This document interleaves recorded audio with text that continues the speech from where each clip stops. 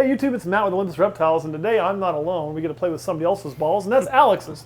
So, Alex, before we get rolling, why don't you just tell them who you are on Facebook, and that way they know where to find you in case something piques their interest here. Okay, I've only been doing this a couple years, but it's Emberleaf Reptiles on Facebook. So, had 10 clutches this year, so just second year breeding. Here's the thing too, guys. So we are starting to feature some other people. Holy crap, it's like there's a rhinoceros that lives in your house, Curt. Jesus, children are allowed. If you ever think about having kids, they're noisemakers. But here, they're good kids though. But here's the thing. We are starting to feature a lot of other Kansas breeders. We'll focus out on other people when we travel. But I think Kansas is an awesome reptile state. I think we have a lot of great people in the state that do a lot of cool shit. So I want to feature those people in Kansas, especially in Manhattan, which Alex is one of our local guys. So we definitely wanted to share that and share his work with you. How local is he?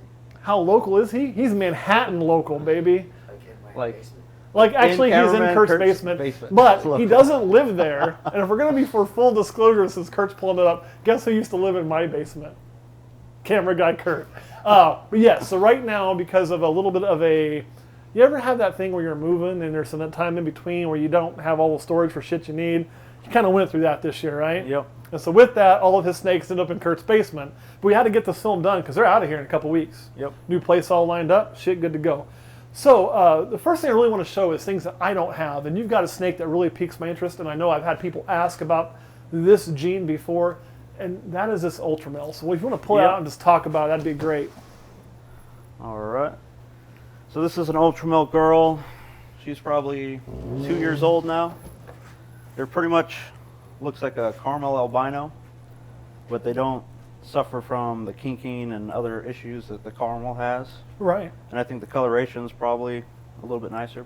I'll say that just because I have it. No, I agree. I think they are a nicer color than the caramel albino. Not only that, I think it's almost like if you took a caramel albino and a toffee and you kind of stirred those up in a pot. That's almost what this looks like to me. I mean, the colors are just more rich than what I've seen on a caramel albino. And you're right, the fact is, you know, we've often talked about how the reptile market, usually when spider comes up, takes care of itself. And one of the genes I've referenced many times with that is caramel albino. And caramel albinos are almost impossible to find anymore because they're a kinked up mess a lot of times when they've been bred. So they don't produce very viable babies. It's been tried and proven it's just, you got bad odds. But with these, you get a lot of that same look and none of those issues. Yeah. So have you produced with her at all yet? Or since she's only 2, we just get in there probably next season? Yep. I have 2 Ultramel girls, growing them up. Hoping to get Ultramel pieds, but that's going to be quite a bit off. Takes a bit, but the double recessives are definitely worth it. It's kind of sad. It's an old gene, but not a lot of people work with it, at least in the U.S., because I think the banana really killed it off. It's, you know, it's a recessive, but recessive is hard to work with, and I do think banana and it kind of hit kind of at the same time, and banana took the ball python world by storm.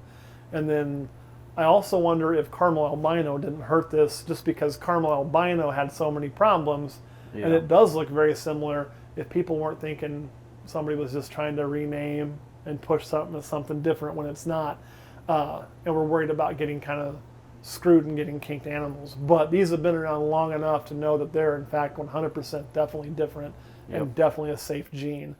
But I do think there might have just been some people being timid because of the similar look and worried about the same problems. Yeah. I mean, I would have been. The other thing about the Ultramel that I like is it's one of the few ball pythons that still looks good when it's big.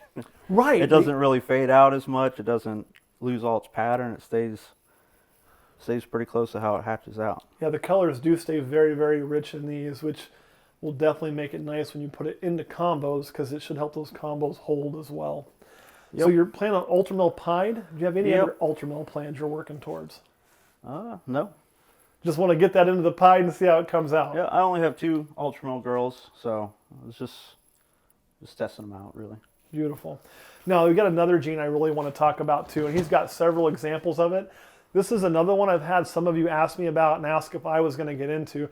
Personally, so far, I've avoided the gene, not because there's anything wrong with it, it's because it's part of the Bell complex, and I'm really heavy on Bell complex. I got so much of it that it's getting hard to choose pairings. But this is one of the newer Bell complex animals that's been out not near as long as Lesser or Mojave or Russo, or a mystic.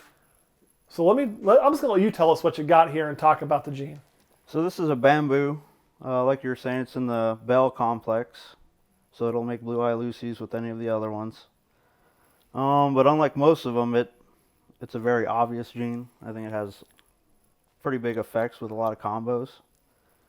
So this is probably just a bamboo, maybe a pastel. I'm not super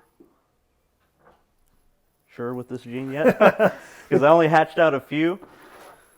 But I have this one. It's a bamboo spider. You guys know how I feel about spider. And wait a minute, has this thing eaten? It has. Has it fallen over upon itself? Possibly. Possibly once or twice, but do you see it doing full loops in the cage all the time? No, it seems pretty decent. Oh my goodness, but people say spiders never are decent. How is that possible? Yeah. It does look like it wants to light you up.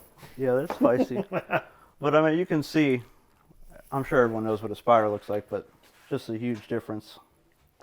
Yep. The bamboo adds to it. Now, the funny thing is, when you put it with spider, it does remind me a lot of like working with lesser. But the other bamboo you pulled out is way different than lesser. You know, Yeah. way different than lesser. It's actually lighter, and I love what it does to the pattern. So, if you can pull that one out again, or can I pull that one out? I can let you keep the other one you got. Hi, little girl. Oh, I know, you're an angry little monkey. But when you look at how it just kind of melts this pattern all together through here, I just really dig that. And you don't get that with standard lesser. This is a great example. It almost looks like what I've seen, black pastel doing some combos and things of that nature. But we know black pastel isn't in here, correct? Maybe pastel. No black pastel. So it's just a wild look that gives to it. That's this like pixely kind of. Yeah, and you can see it just dripping down and all of that being interlocked and connected. And where lesser isn't that way in Mojave, is a single eyelet. So for a bell complex snake, I agree, it looks really, really different. And if you're not overly heavy in bell complex already and you're wanting to add some, adding bamboo is a great way to go because you're getting something that's a little bit different than a lot of the standard fare that's already out there with the lesser and with the Mojave. So this girl, she's probably maybe a year and a half at this point. Just a bamboo. If you want to pull out the bamboo pastel, we can kind of show what happens there. Where's the bamboo pastel? It's this one. Sure.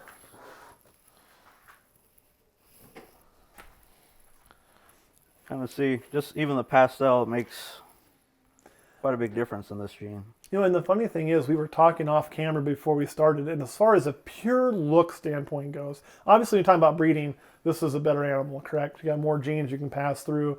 But just as a pure look, I actually prefer the adult straight up bamboo. I think it's because when you get them together, you get just more contrast in the coloration. It doesn't bleed it out as much. Mm-hmm. Now you can really see the head on this is really almost got a greenish yellow, a really cool look, and it's much brighter than the head of the normal bamboo. But I do love the look of this, and it's just a really cool look all by itself. Yep. Yeah, this one has a lot more banding going on. Yeah, and the banding too, it. You get the more color in there, where this almost, what this reminds me of on the pattern? It's funny, I look at this, and when you look at the pattern, if I can get you to stretch out a little bit there, Snake, all through the back here, it actually makes the pattern of a pastel clown. How you end up with that line and little splits off of it, that's what it really, or even a clown pattern, but there's no clown in the snake at all, correct? Nope. But it does have that similar kind of look. What do you think, Curt? You love your clown stuff. Does that remind you of that at all, or am I crazy? Yeah, it does. So anything else you're going to do with the bamboo? Where are you wanting to put this to long term? What's your plans with it? And also, one more question. I'll throw like three of them at you at once. How does this compare on the straight bell to, say, a lesser bell or a lesser Mojave bell? Or a Mojave bell? It's probably on par with a straight lesser or, like a Russo. So you're going to get a pure white, no pattern with these? These are pure whites.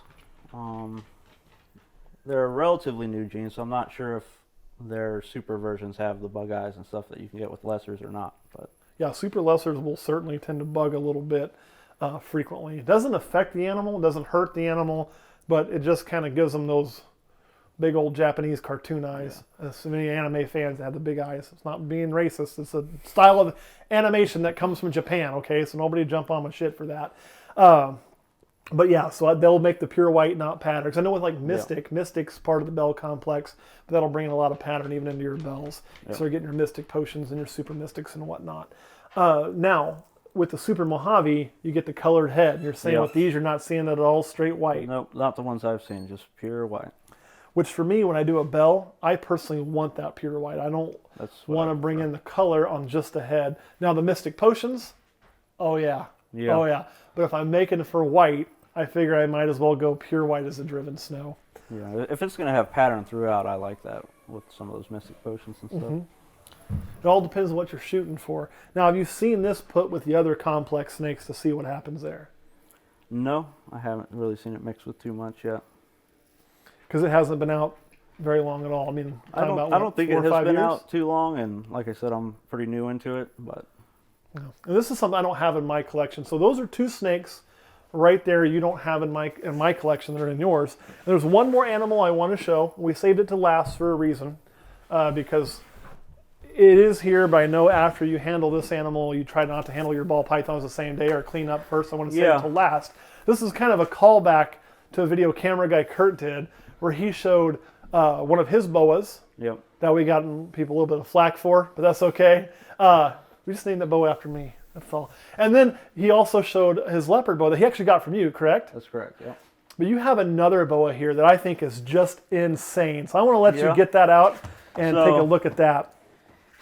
It's one of my favorite boas.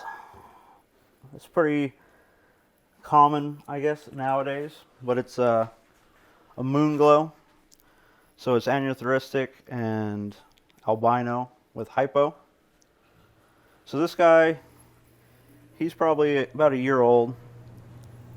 I've been trying to feed him a little bit slower than you guys feed yours. You're not trying to make a me snake?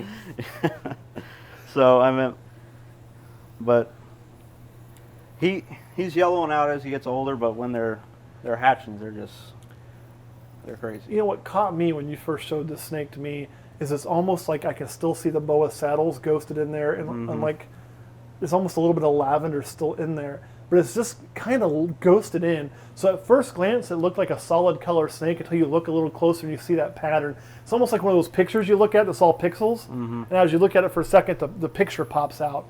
And this snake kind of does the same thing. I really like the eyes on him.